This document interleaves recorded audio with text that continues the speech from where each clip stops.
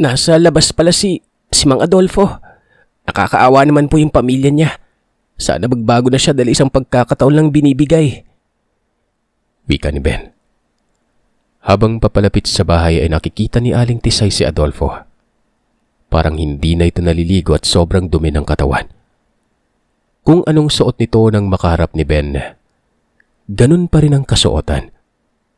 Katabi pa nito ang anak na parabang sinusubuan ito ng pagkain. Pero tinatapik ng kamay ito ni Adolfo na animoy, naiirita at sinisigawan pang anak nun. Magandang tanghali po. Kamusta na po siya? Bungad ni Ben nang makarating sila sa tugkaran. Makikita namang nagtataka ang anak ni Adolfong dalaga. Tinawag nito ang pangalan ng isang babae. Pagkatapos ay may sumilip sa bintana ng isang matanda. Batid noon ni Aling Tisay na asawa ito ni Adolfo. Nagtanong pa kung ano ang sadya nila pero nagwika si Ben ng, "Pag-aagalingin ko lang po si Mang Adolfo. Naaawa po kasi ako." Kitang-kita ang pagkagulat ng mga tao sa bahay na yon.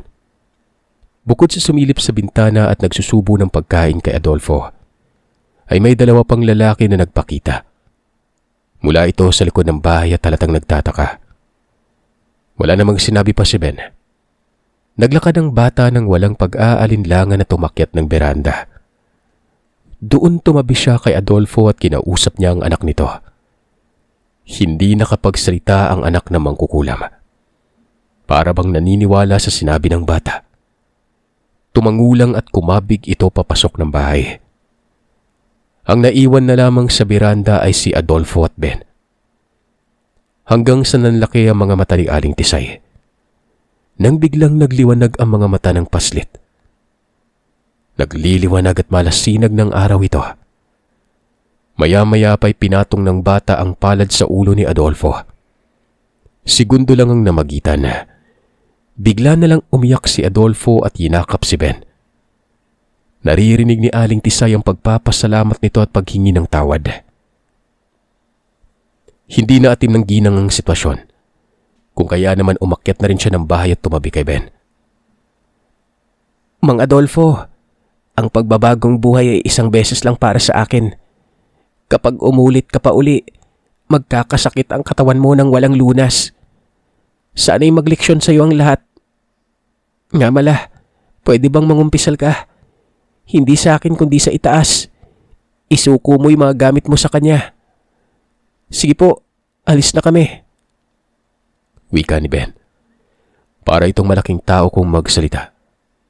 Parang pastor na parang nagdidikta ang mga banal na kataganon. Bumaba ka agad ng bahay si Ben. Hindi man lamang pinansin nito si Aling Tisay. Sumunod naman ang ginang at habang papalayo. Rinig niya ang pag-iiyakan ng pamilya ni Adolfo. Kasabay nito ang pagsambit sa bata at pagpapasalamat. "Sugo ang batang yon. Sugo na pinadala dito para sugpuin ang katulad ko. Papatawad sa inyo, magbabago na ako." Wika ni Adolfo sa pamilya. Samantala, nang makarating sila sa kalsada, bigla na lamang umanong ngumiti ang bata, na siya namang ipinagtaka ni Aling Tisay. Alam niya kung gaano ito kaseryoso kanina. "Nanay Tisay, hindi ako yun ah. Si Miel yun. Baka iniisip niyong ako ang may gawa nun. Oh, ba't po parang takot ka?" "Hindi ako natatakot. Naiinis ako sa bata. Sarap mong pingutin. Hindi ko alam kung anong gagawin ko. Hindi ka naman nagsasabi at kusa ka lang kumikilos. Nakakalito ka. Tapos ngayon saan naman tayo?" Sabi ko na nga ba magagalit ka? Sinabi ko naman kay Miel eh. Pasensya na po Nanay Tisay, basta sumunod lang po kayo sa akin. Siguro aabutin po tayo ng 2 araw sa paglalakbay." Wika ni Ben, na siya namang halos nagpakulo ng dugo ni Aling Tisay noon. Huminto ang ginang at tinitigan niya sa mata ang paslit. Pero nakangiti lamang ito na parang wala lang. "Ano? 2 araw? Ipapaaway mo ba ako sa nanay mo? Sa tingin mo hindi mag-aalala yon? Naku ka, hindi na to maganda Ben ah. Damay ako dito at dapat iniisip mo na ako nagpaalam para sa'yo." Huwag ka mag-alala, Nanay Tisay. Uuwi naman tayo tapos babalik ka agad.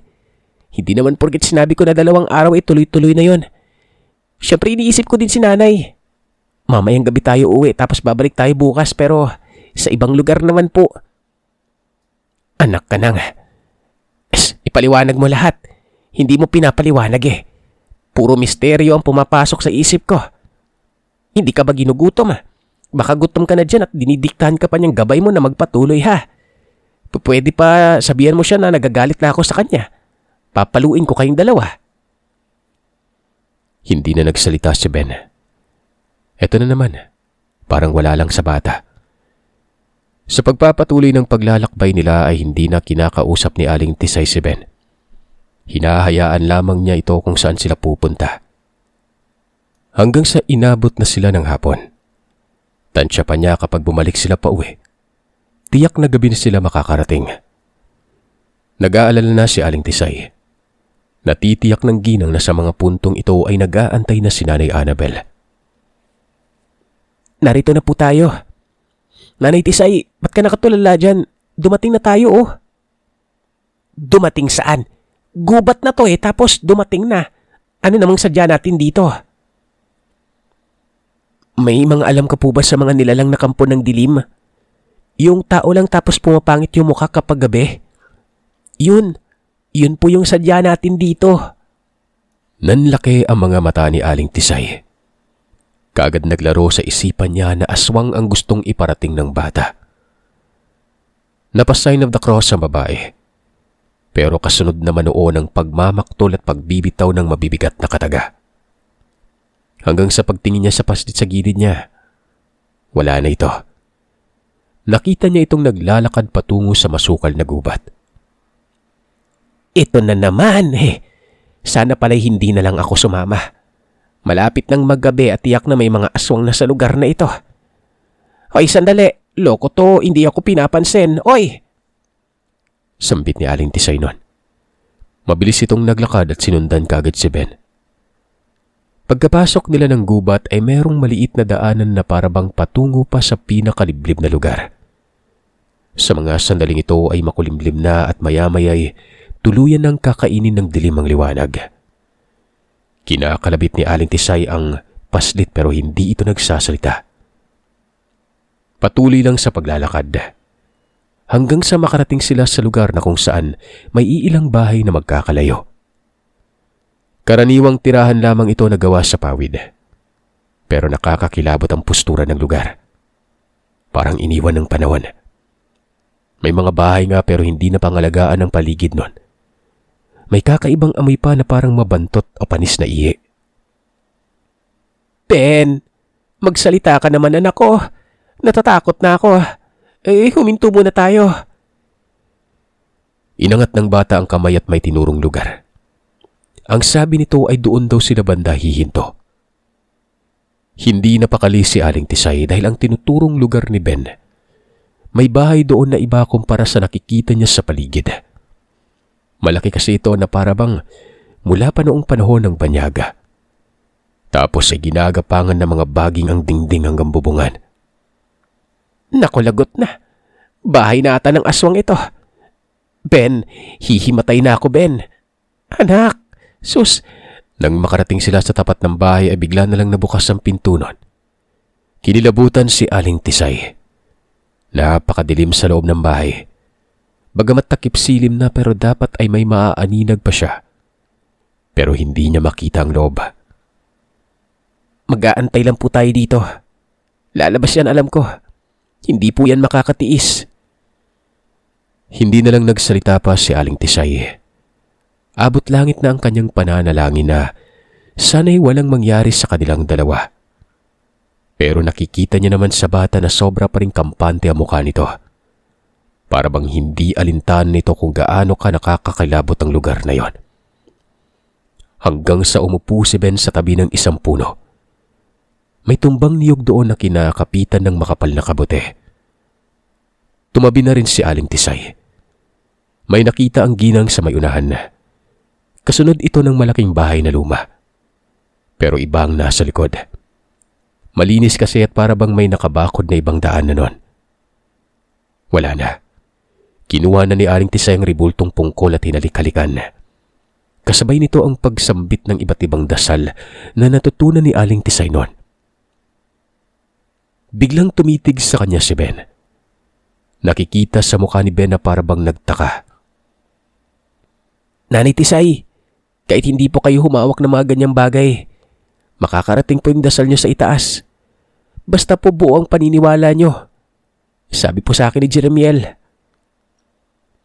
Napatigil si Aling Tisay. Hindi niya inaasahan na pupunayin siya ng bata, lalo na't nagdarasal lamang siya gamit ang bagay na mula pa sa mga ninunong komadrona. Sumabat si Aling Tisay. Ayon dito'y pinaniniwalaan daw nila mga bagay na may hiwaga.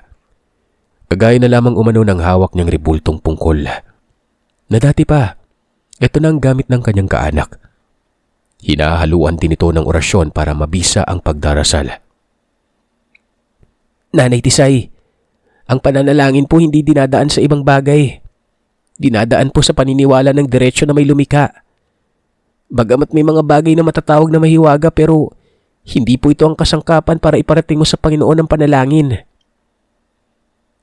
Dagdag pa ng binata, karamihan sa mga taong nahuhumaling sa karunungan, tinuturing na umanong Panginoon ang mga gamit.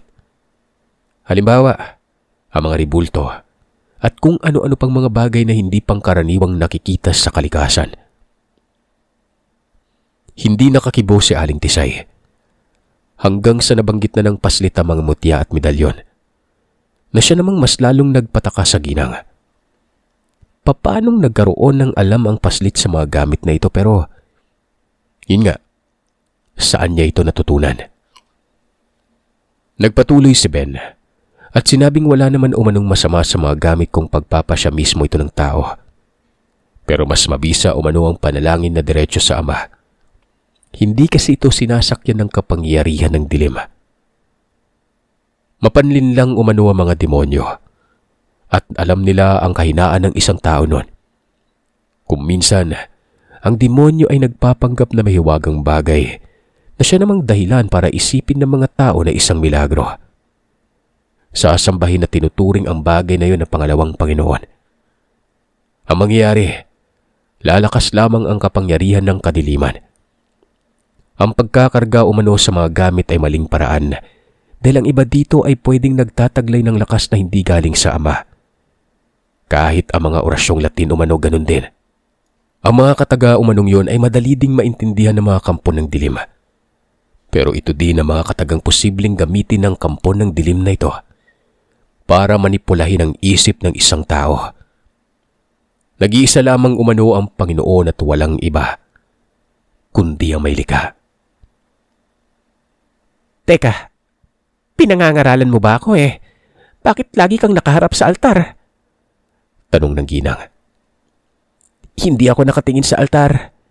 Kung hindi natapat lang kung saan lagi nagpapakita sa akin si Miel. May iribulto po sa altar. Pero ang panalangin ko hindi po pinapadaan sa kung anong imaheng nakikita ko. Mula po sa puso ko at diretso sa sinasamba. Nanay Tisay, kahit anong bagay pwedeng gamitin ng isang tao. Mutya, medalyon, kahit bato at ilan pang mga nagkaalat sa paligid. Kagaya na lang po ng hawak mo. Pero gaya ng sinabi ko, mapanlin lang po yung demonyo. Alam po nilang kahinaan ng isang tao. Magbabalat kayo sila at iisipin ng isang tao na nagpapahiwatig sila ng milagro. Nakukuha niyo po ba yung ibig kong sabihin, Aling Tisay? Ay, Nanay Tisay pala. Seryoso naman kasi na mukha niyo eh. Sandali, seryoso ka ba o pinagkakatuwaan mo lang ako bata ka? Hindi po sa akin galing yung mga katagang yan, Aling Tisay. Nay Tisay pala. Tingin ko totoo po yun lahat dahil ito pong si Miel isa sa mga sugo. Nga po pala, pagsapit ng dilim, kapag may lumabas po sa bahay, upo lang po kayo ha. Ako na pong bahala. Sa pagkakataong ito, bagamat namangha si Aling Tisay sa mga sinabi ni Ben, napalitan naman ito kagad ng pangingilabot. Padilim na ng padilim ang lugar at tiyak mamaya-maya lang ay lalabas ng sinasabi ni Ben. Alam niya at malakas ang kutob niyang aswang ang nasa loob ng bahay. Pero ang tanong, ilan naman kaya? May tiwala naman siya sa bata dahil napuksa nga nitong malakas na mangkukulam. Pero malaking katanungan kung ilang aswang ba ang meron sa lugar. Isang beses na nakakita ng totoong aswang si Aling Tisay. Ito'y minsan siyang nagpaanak ng taga-ormok. Paano ba naman kasi pagkatapos mapaanak ang isang ginang? Pagka-uwi niya ay binagat siya ng nilalang. Siya daw kasi ang nagligpit sa ulunan o bahay bata para ilibing yon. Marahil ay naamoy ito ng aswang at sinundan siya pag-uwi. Tao lang pero mabagsik at napakabaho umano. Pamilyar pa sa kanya ang amoy sa lugar kung saan naroroon sila ni Ben. Ito din yung amoy kung kailan siya binagat. Mabantot pa sa ihi at halong bulok na patay umano yon. Hanggang sa tuluyan ng dumilim ang kapaligiran. Wala silang kibuan ni Ben. Kinuha naman ni Aling Tisay ang dalang posporo at nagningas ng ilang mga tangkay. Kahit papano ay may liwanag at init na nagpapawala ng kanting takot nun. Isang oras mula noon ay biglang tumayo si Ben. Tiningnan lang maigi yun ni Aling Tisay. Nanginginig ang kamay ng bata hanggang sa maya-maya pa. Unti-unting nagliliwanag ang kanang kamay ng paslit. Nagliliwanag din ang mga mata ito kahit nakatalikod. Dahil may tama ng liwanag sa dingding ng bahay. Iindi na ito si Ben. Ang gabay na marahil ang nagdidikta sa katawan ng bata. Mahabaging langit, dagdagan niyo pa po ng gabay namin sa lugar para sa sukdulang proteksyon, Diyos ko. Maya-maya'y kumalabog na lang bigla ang loob ng bahay. Parang may nagwawala. Kumalampag ang dingding at rinig ni Aling Tisay ang kakaibang hilik. Pero hindi pang karaniwang hilik ito. Para itong dambuhalang halimaw. Huwag mo nang antayin na pumasok ako ng bahay. Dahil kapag nangyari yon, isipin mo na lang na nagpapatiwakal ka. Labas ka dyan. Hindi nakapagpigil si Aling Tisay. Tumayo at mabilis na tumabi kay Ben. Natakot ang ginang na baka may humablot na lamang sa kanya mula sa likuran. Pagtingin niya sa mukha ng bata, parang hindi na talaga ito si Ben noon sa kadahilanang pumuti ang kilay nito. Tumangos ng konti ang ilong habang yung mga mata naman parang bumbilya sa liwanag na nagpapatay sindi. Samantalang patuloy naman sa pagkalampag ang loob ng bahay. Hanggang sa narinig niyang nagbuntong hininga ang paslit at umabante ito ng lakad. Narating nito ang tapat ng pintuan nun. Muling sinangbit ng paslit ang nasa loob. Pero ayaw pa ring lumabas. Tarantang-taranta na si Aling Tisay. Paglingat niya ng saglit sa bata. Laking gulat niya nang bigla na lang may sumulpot palabas ng bahay nun. Kitang-kita niya sa mga mata ang isang tao na nakahubot-hubad habang sinasakal si Ben. Lalaki, mahaba ang buhok nito at ang itim na mga mata. Napapaungol si Ben at halatang nasaktan. Nawala din ang pagliliwanag ng mga mata at kamay. Lalapit sana si Aling Tisay kaso tinitigan siya ng masama ng nilalang. Kitang-kita ni Aling Tisay ang pagbuka ng bibig nito na may pantay at matutulis na mga ngipin. Sus Maria, bitawan mo yung bata. Sa ngalan ng Diyos, lubayan mo siya. Ako ba'y tinatakot mo? Ang Diyos na sinasamba mo minsan ko nang sinamba. Nanghihingi ako ng tulong sa kanya pero wala. Hindi nawala ang sumpang nakalukob sa pagkatao ko. Nanatiling gutom ako sa laman. Lakas ng loob niyong hamunin ako. Ikaw bubwit ka. Napakatalas ng dila mo. Hindi ako bubwit. Mas bubwit ka pa kung titignan kumpara sa akin.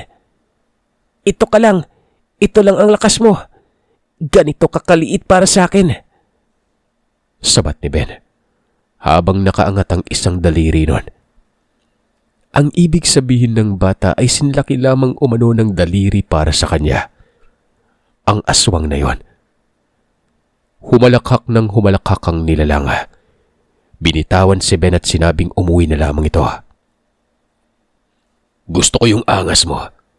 Gusto ko yung ugali mo. Dahil dyan hindi kita papatulan. Umuwi ka na. Hindi ako nagbibiro at huwag mo akong piliting magalit. Mamamatay ka kapag nangyari yon. Kung ako sa'yo, isusuko ko yung sarili ko. Wika ni Ben. Sabay lakad palapit doon sa nilalang. Kitang-kita ni Aling Tisay kung paano manigas ang katawan ng aswang. Parang kagaya ng nangyari kay Adolfo. Nakatingala si Ben at inangat nito ang kanang kabay, sabay dampi sa dibdib ng aswang. Ilang segundo ang namagitan. Bumitaw na si Ben at nagwika ng, Hindi buo yung paniniwala mo kaya hindi naaalis ang sumpa sa katawan mo. Pero wala ka nang dapat pang ikabahala. Mararamdaman mo na lang ang pagbabago sa katawan mo mamaya. Inalis ko na yung sumpa. Anong ginawa mo sa akin? Ba't hindi ako makagalaw? Maghintay ka. Apurado. Sabi ko mamaya pa yung mararamdaman mong pagbabago. Kulit mo din eh. Tsaka ba't kita pagagalawin ito na nakakatakot ka kaya? Kahit sobrang taas na umano ng tensyon, nawala ito bigla at napalitan ng pagkatuwa ni Aling Tisay. Iba na ang dating ng pananalita ni Ben. Nawala na rin ang pagbabago sa mukha nito at parang inis na inis. Yun mang batang parang nagtatampo. Yun ang nakikita ni Aling Tisay kay Ben. Alam niya sa sarili na kumalas ng gabay kaya nagbalik na sa pagiging pilyo ang bata. Hanggang sa bigla na lang bumagsak sa lupa ang lalaking aswang. Sumuka ito ng sumuka at pagkatapos noon ay gumapang ito paatras hanggang sa sumandal na sa dingding ng bahay. Tinabunan pa nito ang maselang bahagi na parang nakaramdam ng pagkahiya. Oh, may nagbago ano? Nahiya ka na din. Nakahubot-tubad ka pa naman. Nagmamatigas pa yun, natagalan tuloy kami. Sana lumabas ka na lang kanina pang maliwanag eh. Kupad mo din. Magaling ka na. Tara na po, Nanay Tisay. Teka, sino ba kayo?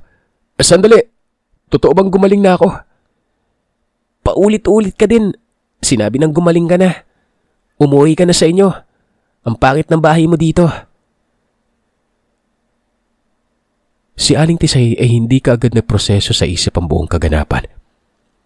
Lumapit ito sa tao para suriin. Nakita niyang maayos na mukha at hindi na rin maitim ang mga mata. Natitiyak akong pinagaling ka ng bata. Ano bang pangalan mo? Tirso po, manang. Ay dyan ako nakatira sa kabilang bahay. Pero tinaboy ako dahil nayanggaw ako. Ano po bang meron sa bata? Talaga bang gumaling na ako? Totoo ba? Sugo ang bata. Maniwala ka na lang sa kanya. Totoo at gumaling ka na. Kilala mo ba si Adolfo? Pinatumba ng batang yan at yun nagbagong buhay na. Sino ba yung yumanggaw sa'yo? Hindi ko alam. Basta 2 taon nang nakalipas doon ako sa baybay nun. Tapos pag uwi ko naging ganito na ako eh. Papakisabi sa kanya maraming salamat. Pero ano po bang pangalan niya? Ben. Ben ang pangalan niya. Asahan mo lahat ng masasama dito sa lugar ay magbabago na. Huling wika ni Aling Tisay at tumalikod na ito. Habang papalayo ay narinig niya ang pagsisisigaw sa tuwa ni Tirso. Kasabay pa nito ang pagsambit sa pangalan ni Ben. Nagpapasalamat siya sa bata noon. Samantalang sa mga sandaling yun naman ay hindi na makita ni Aling Tisay si Ben. Mabilis siyang naglakad para maabutan ito hanggang sa nakarating na lang sila sa labasan ng liblib na lugar. Pero hindi niya pa rin nasisilayan ng bata. Nako na, ito na naman. Ben, alam kong naririyan ka lang. Huwag mo akong tinatakot Hindi magandang pagkakataon ito. Ben, nasaan kang pilyo ka? Wala namang ganyanan, Ben. Paulit-ulit na sinasambit ni Aling Tisay ang bata noon. Pero hindi ito tumutugon sa kanya. Kung kaya naman nagdampot ng tangkay ng niyog ang ginang at tinayos ito para gawing sulo. Nang magkaroon na ng apoy, hinagilap niya ang paslik pero hindi niya pa rin nakikita. Kung kaya naman naglakad na lamang si Aling Tisay paalis dun sa lugar na yon. Hanggang sa nakita niya ang paslit na nakatayo sa unahan. Nasa bandang kalsada na yung bata pero hindi siya pinapansin. Nang malapitan niya ito ay pinagalitan niya ang bata pero hindi daw siya kinikibuan. Hanggang sa tamaan ng liwanag ang mukha ng paslit. Dito ay nakita ni Aling Tisay na nakasimangot ang mukha nito. Gusto ko nang umuwi pero, Nanay Tisay, may banta na nakaabang sa atin. Hindi ako sigurado kung ano pero ang sabi ni Miel, hindi daw pamilyar sa kanya yung presensya. May nilalang daw, may kasama ding tao. Ano? Nasaan banda? Naglakad si Ben. Sumunod si Aling Tisay. Hanggang sa inangat ng bata ang kamay at kaagad namang tiningnan ng ginang kung saan ito nakaduro. Doon sa madilim na bahagi. Kaya naman tinungo yun ni Aling Tisay at inangat ang sulo. Pero wala naman siyang nakikita kung hindi ang napakalawak na sakahan. Hindi po dyan. Doon sa unahan pa. Sa kabilang banda. Doon naman tayo dadaan at inaabangan niya ako. Dapat sinabi mo na nasa malayo. Nagmukha akong ewan. Saan ba? Sa bagay, doon nga tayo dadaan kasi paikot naman ang kalsada. O ngayon, anong gagawin mo? Ay naman kay Ben. Haharapin niya pero nagbigbigay babala sa kanya si Jeremiel. Delikado umano ang ganoong tao dahil may gabay din ito na katulad niya. Naguguluhan si Aling Tisay sa mga nabanggit ng bata. Dahil pala isipan ito, kung ang sinabing katulad niyang may gabay, ibig sabihin kaparehan ni Ben ang nakaabang. Isa ding sugo. Pero dapat hindi tatawagin ng bata na isa itong banta, di ba? Kung kaya't litong-lito ang babae nun. Hanggang sa bigla na lang pumasok sa isip na baka ang nakaabang sa kanila. Isang antingero. Sa pagkakaalam ni Aling Tisay, ang lehitimong biyasa ay may mga gabay. Pwedeng katulad ng kay Ben. Pwedeng lamang lupa. Pwede ding alagad ng dilim. Pero ang tanong, bakit hindi malaman-laman ni Jeremiel kung ano ito? Dahil kung demonyo pa, dapat sinabi na ito ni Ben eh. Kaya iisa na lang ang nasa isip ni Aling Tisay. Malamang ay engkanto ang nilalang na tinutukoy ng bata nun. Muling tinong ang bata sa kung anong gagawin. Sa pagkakataong ito ay hindi na kumibo pa si Ben. Naglakad ang paslit at napakakalmado lang. Sumunod na lang si Aling Tisay pero habang nangyayari ito ay iniisip niya ang nanay ng bata. Paniguradong hindi na mapanatag ito dahil matagal silang nakabalik. At kung umuwi man sila ngayon, natitiyak siyang aabutin ng madaling araw. Magpaganon pa man ay nagbuntong hininga na lamang ang ginang at nagsawalang bahala na. Ilang sandali lang, nakakita siya ng taong nasa tabi ng kalsada. Nakaupo ito sa gutter. Nakayuko. Para itong lasing na may bote ng alak na katabi. Patuloy sa paglalakad si Ben. Mga ilang distansya lang sa kapalang huminto ang bata.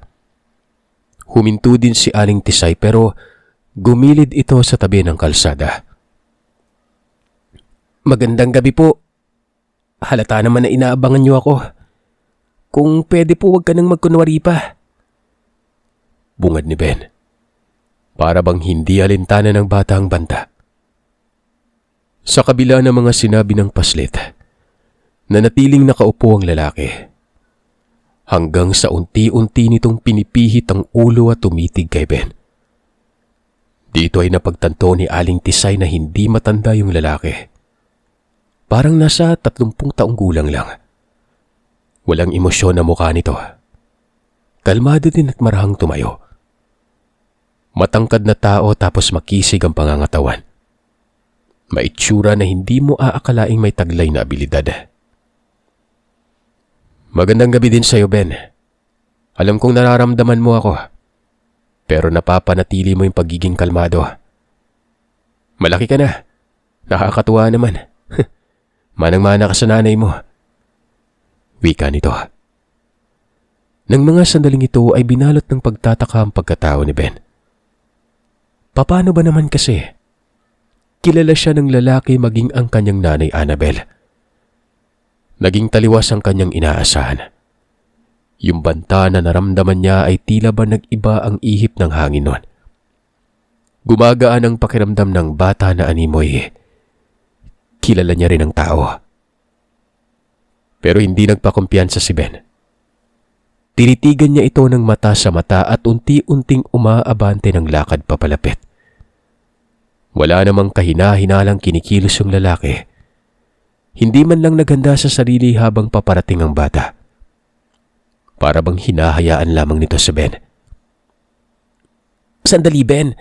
Huwag kang lalapit, baka nililin lang ka lang yan. Abiso ni Aling Tisay. Hanggang sa tuluyan nang nakalapit ang bata at dito ay pinandilatan niya ng mga mata ang lalaki. Pinag-aralang maigi ng paslit kung anong gagawin nito sa kanya. Pero wala naman. Salip ay ngumiti pa na wari ba'y tuwang-tuwa sa kanya ito. Bakit? Bakit mo ako inaabangan? Kung wala ka naman palang gagawin. Magtititigan na lang po ba tayo? O gusto mo ako nang unang gagawa ng hakbang para simulan ka agad natin ang gusto mong mangyari? Napapatakip na ng bibig si Aling Tisay. Alam niya sa sarili na anumang oras na may mangyayaring labanan ng dalawa. Nakakatuwa ka talaga. Wala naman akong balak na masama. Napadaan lang ako at naramdaman kita. Pamilyar ka sa akin at hindi ko yun may pagkakaila. Ano bang mga sinasabi mo? Hindi kita maintindihan. Sino ka? Wala ka naman palang balak bakit pinaparamdam mo sa akin kanina yung banta? Tanong ni Ben. Ganun na lang ang pagkagulat ng paslit. Nang may mga binitawang kataga ang lalaki na siyang nagpabago ng kanyang pananaw nun. Mateo ang pangalan ko. Noon pa man gusto ko nang magpakita pero hindi pwede. Isa ako sa naging dahilan para maging sugo ka. Nakikita ko yung sarili ko sa'yo nung bata pa ako, anak. Wika noong tao na nagpakilalang Mateo. Matapos makapagsalita, bigla na lang itong naglaho.